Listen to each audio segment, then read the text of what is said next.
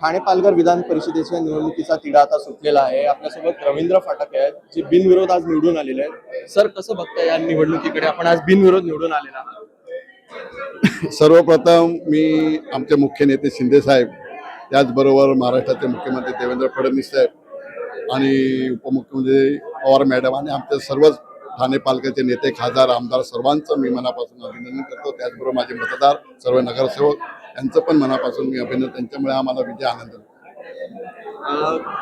महाविकास आघाडीचे अभिजित पवार यांनी काहीतरी कारणास्तव माघार घेतलेली आहे, त्याकडे कसं बघताय?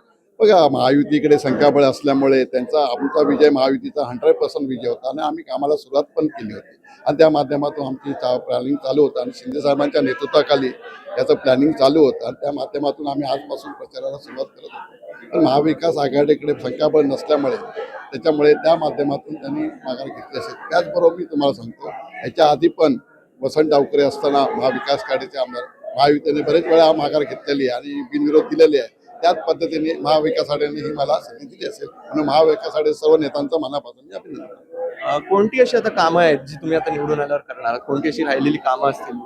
तर मग ठाणे आणि पालघरमध्ये मी काम करतो.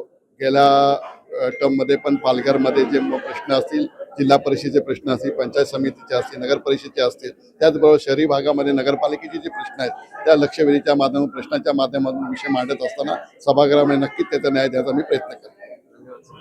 बघायला गेलं तर रवींद्र फाटक यांच्या कार्यालयामध्ये आनंदाचा, उत्साहाचा माहोल दिसतोय. ठाण्यावरनं मी पुष्कराज वर्णेकर, लोकमत.